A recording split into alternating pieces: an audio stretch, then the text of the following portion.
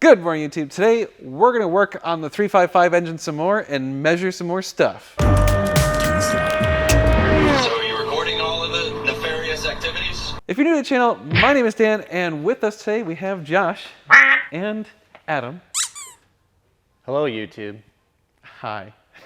That was a very anticlimactic intro. It's like, oh yeah, we're here. Anyway, if you want to support us, please like, share, and subscribe, and hit the notification bell. And also go check out normalguysupercar.com.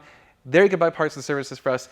And this video is sponsored by Ricambia America. And I'm going to say it's also sponsored by Exotic Power and Performance, because you guys have kind of like, well, you have done a lot for us. So that's like free stuff. So we'll just say it's sponsored by you.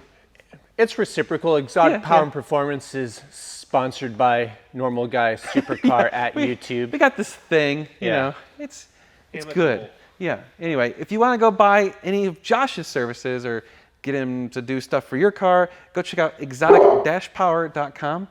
He can hook you up. And if you need anything from Ricambia America, go to ricambiaamerica.com. Use code MGS10 on any orders over $100.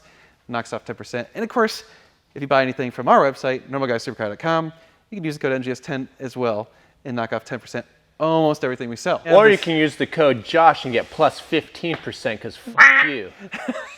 I already have the Ferrari tax. If you put in the Ferrari tax, it doubles the cost. Nice. No one's used it yet. I don't know why. Yeah. Anyway, we've got the 355 engine block, we've got the heads, and we're going to do some more cool stuff. So you're going to like this. Okay, so the last video we measured the deck and the cylinders, and we determined the cylinder liners are bad. So that wasn't so awesome. So what are we going to do today? Well, it depends on your opinion. Now YouTube gets to see what it's like to replace wet liners in a Ferrari block, so some people might be entertained by that. I mean, it's entertaining, it's just expensive. I was looking them up. Expensive doesn't mean bad. Some of the best shit in my life's been the most expensive stuff. Yeah, that's true. Yeah. Now, some of the worst stuff in my life has been the cheapest, so yeah, it's all a matter of perspective. I mean, it is literally now going to be a brand new engine, effectively. Effectively, yeah. We're going to check a couple more things that I don't expect will be bad, and we'll talk about that. Circles. Ooh. Measuring circles. Ooh, ovals. Circles and stuff. Yeah, hopefully not too many ovals and more circles. Ovals are bad. Yeah. Ready, YouTube? Yes. Right, so as we talked about, right, we're going to do main and rod journal checks, right, because these are all pretty critical, and this will help us determine how much, if any, machine work is required on the bottom end, or whether we can clean it up and reassemble it here in the shop and not have to send the block out. Please, please, please, please. Right? So, couple of things, right? Clearances, right? So what are we talking about when we talk about clearances, right? This is a main journal, right, for the crank, and then you've got the main bores in the block, which the bearing shells fit into, right? So there's going to be a diameter on the bearings and a diameter here, and this has to be smaller than this, obviously, by a specific amount. Gotcha. Okay, yeah, makes sense. There is some variance in what that clearance needs to be based on application and lots of other things, the size of the bearings, all of that. A good rule of thumb is most motors function between 1.5 and 2.5 thousandths of an inch of clearance, meaning that's how much smaller the diameter of the crank journal needs to be than the bearing, the ID of the bearings. Gotcha. ID is inner diameter. Correct. Yes, by the way. Yeah, OD, outer diameter. OD of this has to be smaller than the ID of this. Correct. By 1.5 to 2.5 thousandths, generally speaking. So in addition to that, of course, there's also a spec for how small this journal can be or how large it can be. Same thing for this, right? Because basically you need to have a certain amount of material and you only have a limited selection of bearing shells. So there's a few different parameters that you could consider. My opinion, based on my experiences, that stuff becomes more critical with vintage engines and like Chevy V8s and stuff that may have been rebuilt a couple of times, before you got to it. Like let's say you got 383 stroker, 350. Yeah, so it's definitely been monkeyed with. Yeah, it's been machined. So, you need to check all of these tolerances to see if you can even grind the crank journals down because that's one thing, is if these are damaged, then you grind these to a smaller diameter and then you put a thicker bearing in, so that way you maintain your tolerance without having to replace the crankshaft. Gotcha. Usually the manufacturers give you three sizes, right? So you can grind this down. Aren't they always like +1? I've seen like +1, +2, and +3 on bearings. Right. Okay, so that is. means you can grind this journal by, let's say, 10,000ths of an inch diameter. Okay. 3 times. So you could reduce the size of this by about 30,000ths of an inch before the manufacturer considers enough material removed where now the integrity of the crankshaft may become compromised and problematic. Gotcha. The other side is the bearing caps, right? So if the block mains aren't the right size, the way you resize them is either the block and or the caps. You actually deck these and take material, right? So you take this, right, and you basically bring it down by machining the mating faces, and then you run the boring bar through to open up the size of the bore again and run a honing bar through it. And so you take the center line height of this and you reduce this, but you open up the hole. So same thing, at some point you've cut away enough material from these caps where in the block where you've started to compromise, the material integrity. Yep, makes sense. And so you only want to do that to a certain extent. Where specifications and whatnot start to come in. So we have a range of germinal. Germinal? Damn terminals. Damn hamster germinals. You've got a size range on, maximum and minimum diameters. Ooh, that is a tight tolerance. Yes. 2.4794 to 2.4799. Yep, We only got 5/10 or a half of 1,000th of an inch. That's your manufacturing tolerance there. That's tight. So you have that in addition to your tolerance. For simplicity's sake for this video, because people on the internet like to bitch about how much I like to talk, we're going to simplify this and assume that everything's fine, and we're not going to go through all of this here for the video. We're going to do some basic tolerance checks, assuming that we have enough material everywhere, and just see if the bearings we have will go into this block and give us the tolerance we need on this crankshaft, and verify whether or not we need to do any machine work. Right? Now, as far as line boring and honing goes, people have asked about what we've seen in the bearings. Oh, yeah, you can definitely see the wear pattern. Right? And so as we talked about before, there's no copper showing, which means we're not through the primary protective metal layer. Yep. Right? Because we get we get nickel, tin, copper, and then the actual steel plate, which is, lined with these materials. So we're not in the copper. And also looking at these, you can see on each side of the bearing that wear is pretty even. It's not showing, like heavy copper on one side and, tin or nickel on the other side. Yep. So you look at each one of those, about the same, right? Yeah, about the same. Yep, about the same. So we can surmise without a bar, and a precision measuring tool, that the mains should be pretty straight, right?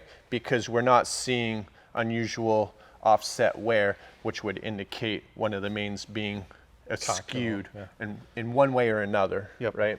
So again, we're just going to make an educated assumption because we're on YouTube and we know everything without doing any of the long division. The comment section knows everything, not us. Oh, no. I don't know shit. But yet I'm the one here doing it, not you f***ers. Oh, yeah, people wanted more quacks. Well, them. I will swear whenever the I want to. Right, Richard? Especially while you're insulting the audience. That's the best time. Right? F***ing motherfuckers. We're at the Howard. This is a fine establishment for gentlemen. There's a shirt. I was in New Orleans, and there was a shirt that made me think of you. It says, "F you fucking fucks." Should have bought it for. Yeah, why? like a Damn it, Richard. Why did you buy that? Ah. Was there room for the company logo on the other breast? Exotic Power and Performance. Fuck you fucking If I walked into a shop and the head mechanic was wearing that shirt, I'd be like, this is where I need to be. You're like, I'm not going to talk to him, but I want him doing the work on my car. Welcome and go f yourself. So when you get talking about laboratory conditions and all of that, that's what you get talking about, both condensation, right, the humidity in the room, as well as the temperature. And so Richard makes a great point, because the temperature in here is comfortable for us, right? It's 74 degrees or so in here, but the steel absorbing all that cold air conditioning air, this is going to be about 60, 65 degrees, even though the ambient temperature is 74. So really an ambient temperature in here of 80 degrees would probably bring these metal parts, you know, closer to room temperature. So that can have some effect, and that's definitely something to consider. And also keep in mind, like we talked about before, you should be doing this with a micrometer, not a caliper. Yeah. But again, we're just getting a general idea of, you know, whether or not we're in really bad shape. So I'm not worried about this. So this one here is 2.479. Ooh, that's really close. So we'll do this again with new bearings. We just See the difference? Yeah, we just want a general idea of what we've got going on here. Because again, you know, this is more conversational than science right here and now. So we got to tighten them to 60 Newton meters plus 90 degrees. So 60 Newton meters and then a quarter turn. Yep. That's tight. Yeah, my digital, not. my digital has a gyro in it, and so it'll do the torque angle, but for what we're doing right now, we're not. Yeah, we're just checking. Yep. Okay. Okay. Now we got 90 degrees. Ready? Jeez. Right. That's a lot. Ready? Go for it. Un, deux, trois.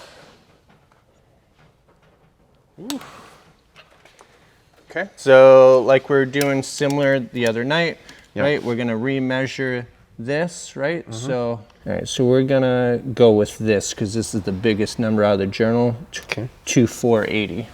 Okay, 2480. Our tolerance, I believe, should be about 2 thousandths. 2480. So we're gonna go with 2482. Remember this game, Adam? Oh, yes, I do. So basically just zero it out. 2482 will be 0 here, telling us that we have exactly 2 thousandths clearance between the bearing diameter and the rear main journal diameter. So we're just going to compare and see whether it's loose or tight on the old bearing. So according to this, we've got 2.5 thou extra clearance. Which I guess that would make sense because they're worn a bit, right? These are the old ones.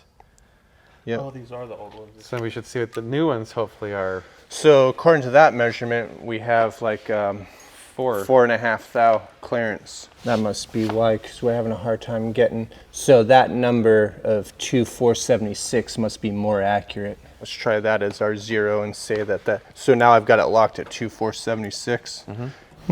Doesn't really want to fit there, does it? That's a 2.4795. Yep. Oh, that's spot on. Yep, it's pretty good. And so we did this off camera where we floated the number a full thou up and down and kept trying it and just sliding this guy over to see if it would go over. And so this is the smallest we could get at 4790. It won't go in. Yep. So it could be 4794 or something. Right, but we don't have the accuracy to do that. Exactly, and we're not worried about a couple of tenths of a thou for what we're doing. We want to make sure that this is not off by a half. The general rule of thumb is a half thou is considered a big increase in clearance. So let's say there was one specification for this clearance and it was 2 thousandths of an inch, right? That's it, no plus or minus. You want 2 thousandths of an inch of clearance, end of story. And now you're measuring where? Well, the ceiling would be 2.5 thou, okay?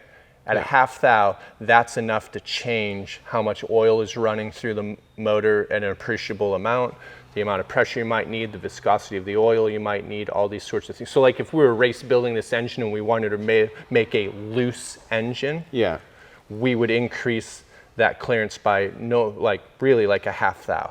I'm not saying you can't do more, but if we bumped it by a half thou, that would be an appreciable change. That would better lubricate these journals with oil enough to be worth it. Makes sense. So I'm not too worried about a tenth of a thou. Yeah. That's more precise. And we want to make sure we're not a half thou, 1 thou, plus, out of size. So we're going to go with 4795. All right, so that's bigger. So as we come off from being what we think is perpendicular, right? So we're at 12 o'clock, 6 o'clock, right? So we're perfectly vertical, right? Hopefully very square, right?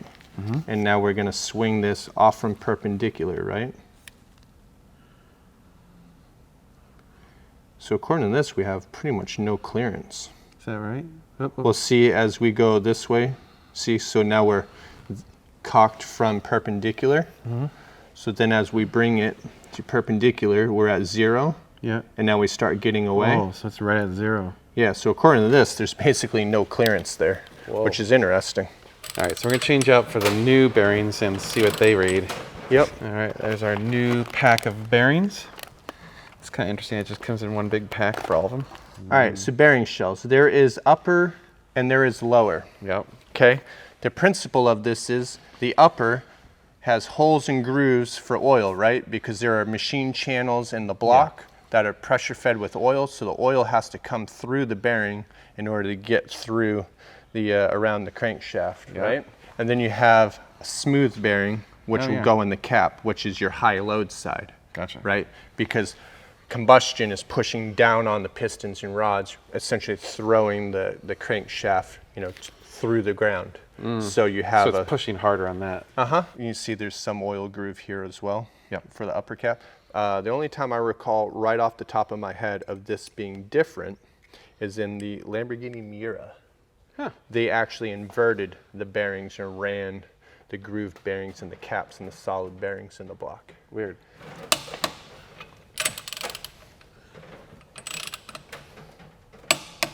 Ready? Yep. There. Okay. Yep. There we go. This one actually has a half Half a thou of clearance. thou clearance. Almost the same. Nice. Okay. And that's kind of what you said, right? Well, I'd expect it to be more like 2 or something. Oh. 1.5 to 2 is what I think it should be. So let's try this. Let's see. It's actually put tiny little scratches in it just by those little wheels being there. That's crazy. Yeah, that's why we don't really worry when that top layer comes off. Yeah. That's obviously bound to happen. Yeah. All right, so I just squeezed this a little bit tighter. Yeah. Oh, you mean 0 again? Yeah, let's see if we can get a new 0. So now we're at 478.5, which is under factory spec, but There. Okay, got it. yeah. Okay, so that's 478.5, which I can get to. Yep, it does fit on. It's snug. It's more snug. So we'll try that. There we go, 1.5. 1.5. That's more appropriate. Okay. See, so now I'm rotating it just a little bit off center, just to see. Still 1.5. Yep. Nice. Oh, phew. There we go.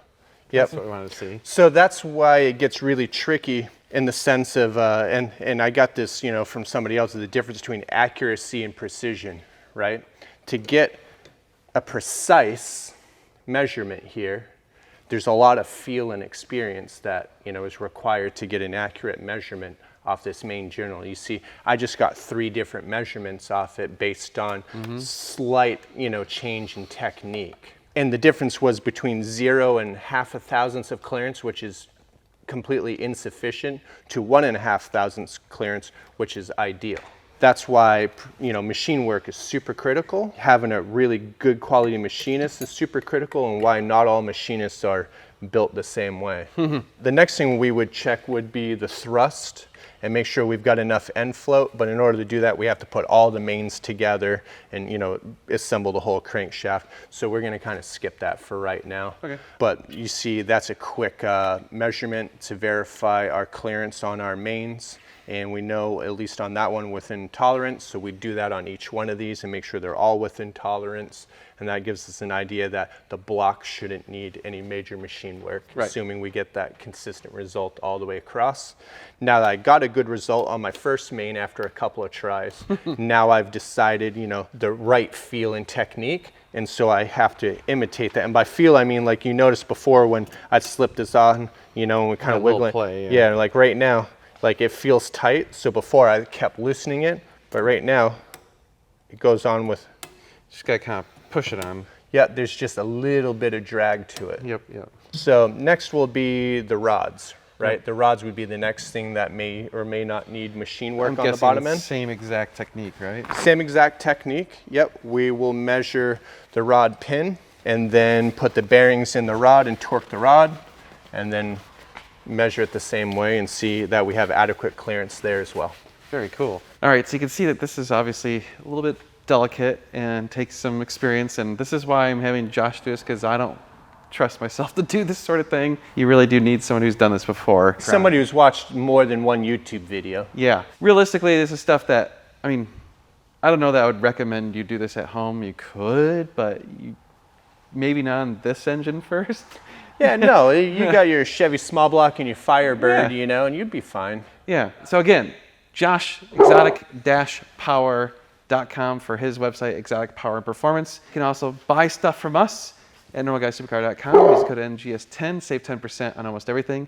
And finally, our sponsor, our other sponsor, I should say, Ricambia America, who actually provided those bearings. So we appreciate that. And you can use Thanks, the code, other Daniel. Yeah, the other Daniel, thank you. We love Ricambia. They've been hooking us up for years, so thank you so much. We're going to keep working on this thing, and one of these days we'll actually get back together. So you're going to want to like, share, and subscribe. Do that, please. And otherwise, we'll see you in the next video. You guys are amazing, and we're going to have a lot more cool car stuff, so you're going to want to stay tuned. It's going to be sweet. Sweet. Sweet.